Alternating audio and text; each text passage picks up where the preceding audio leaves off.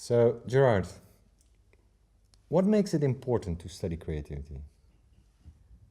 Well, there are a whole host of reasons.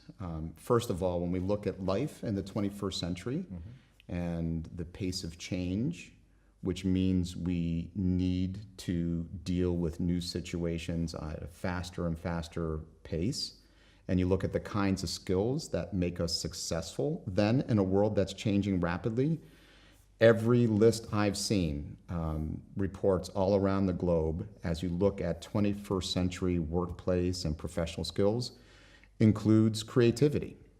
It's among the top skills. The World Economic Forum came out with a study recently in January where they were projecting the future workplace, and they identified creativity as the third most important skill in the workplace by the year 2020. Now, what's interesting about that is while many reports talk about creativity as being a necessary workplace skill, still education does not focus very much on developing that skill. So we have this huge gap. While it's in demand, the provision for it, the degree to which people are prepared to be creative thinkers, to be creative problem solvers, it's not there. Bloomberg Businessweek did a study looking at hiring managers back in 2015. And they asked hiring managers, what are the top skills that you're looking for? And I'll be even more specific. They didn't say creativity. What they said they were looking for were creative problem solvers. So people who could take a complex situation, a situation where there's not an easy answer, where you can't just rely on past experience and say, oh, well, yeah, I solved the problem just like this, 6 months ago or 6 years ago. I'm going to just pull out that old solution and I'm going to reapply that old solution. In a world that's changing rapidly, you have to continuously invent and discover new solutions. So they said creative problem solving was among the top 5 skills. It was the 5th most important skill that they were looking for. But what is interesting is that when they were then asked, what are the most difficult skills to find, hiring managers said creative problem solving was the 2nd most difficult skill to find. So it's really, really important.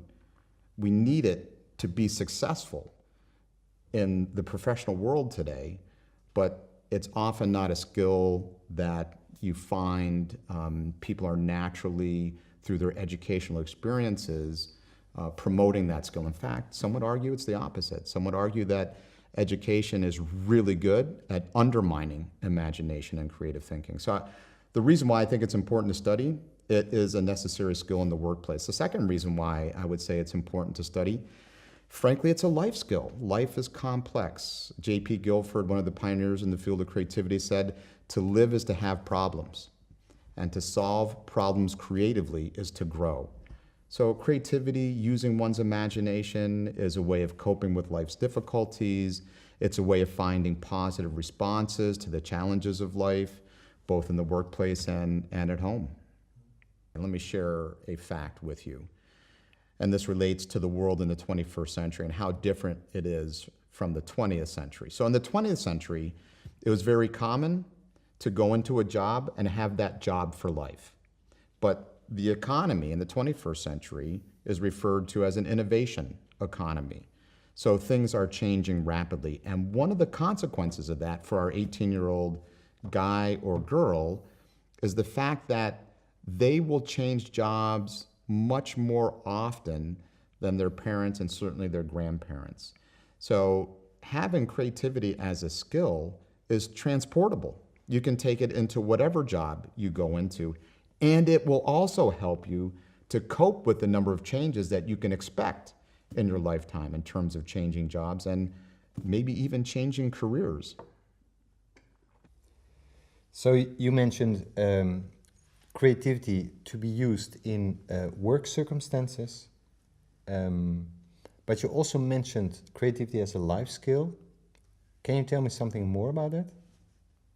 Well, I'm absolutely clear in my mind that creativity is a life skill because life will throw us challenges and we need to find ways to respond to those challenges. And without training, without being able to go through a process, whether we developed it naturally for ourselves, or if we go off and expose ourselves to methodologies that are proven to help us to be better creative thinkers.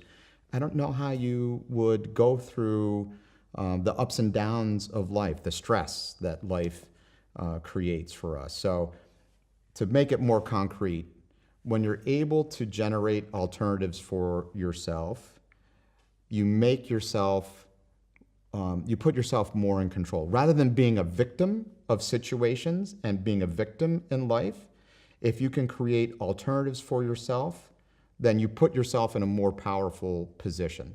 You move the locus of control from being outside of you, externally controlling you, to internally controlling yourself. So just in terms of dealing with life's challenges. On a more personal note, I would tell you that as a father, raising 2 children, parenting is very challenging. And the best training, honestly, I have ever received in terms of being a parent is the training that I've learned through creative problem solving and facilitation.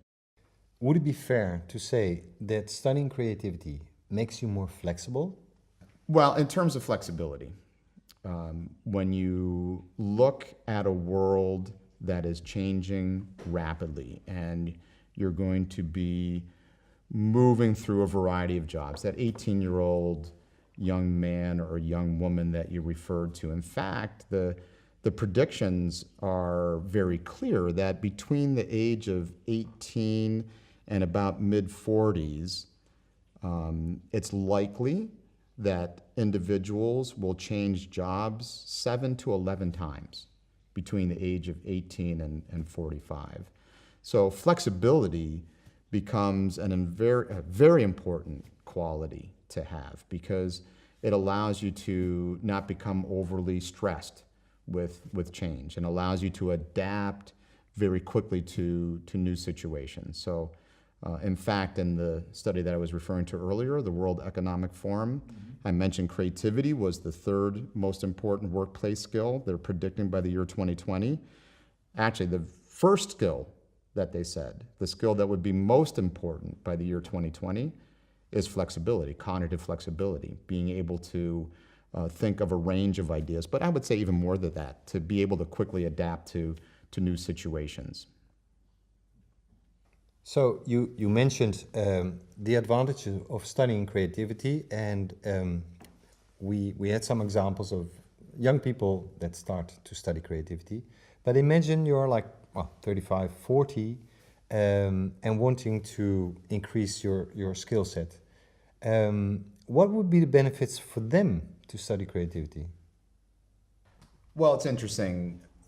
People will say, what are the concrete things that I can do with such an abstract phenomenon, creativity? And if you look at it professionally, there are 2 broad directions that you can take creativity if you think about it from a professional perspective.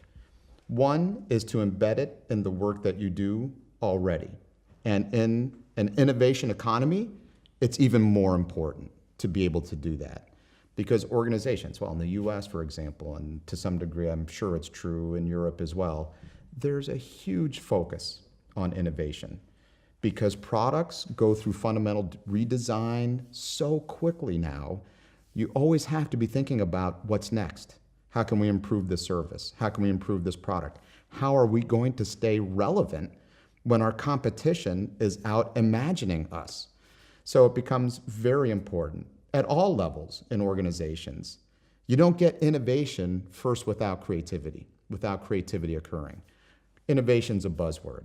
So we have to find ways to make creativity deliberate in organizations. And by training people at all levels, as you were just describing, to take their creative process, their natural creative process, and to make it something that they can call on as they need to, it does nothing but help organizations to achieve their bottom line more effectively. So no matter what the profession is, no matter what the industry is, creative ideas help to drive innovation. So whatever someone's profession is, training in creativity, studying creativity can be nothing but a benefit. So that's one way professionally to embed it in what you're already doing. But I think, Branko, you're a great example of someone who changed careers and moved from what you were doing previously into a creative occupation. You're a professional creativity trainer and facilitator. These kinds of jobs didn't exist 20, 30, 40 years ago. So another direction that individuals can take the study of creativity is to become a creativity professional. So either to, as I said earlier, embed it in their profession, or to become a creativity professional, where they're then facilitating and training others to use their creativity more effectively. Wow, Gerard, it was great to taking some time to talk a little bit more about what makes it important to study creativity. Are there some final thoughts that you would like to add? I'm reminded of something that a student said to me many years ago when I asked my students, why do you think it's important to study creativity? And actually, this was an undergraduate student who said, I believe it's important to study creativity because when you study creativity, you study yourself. And so what this graduate program, what this curriculum is about, is really helping people to become their best selves.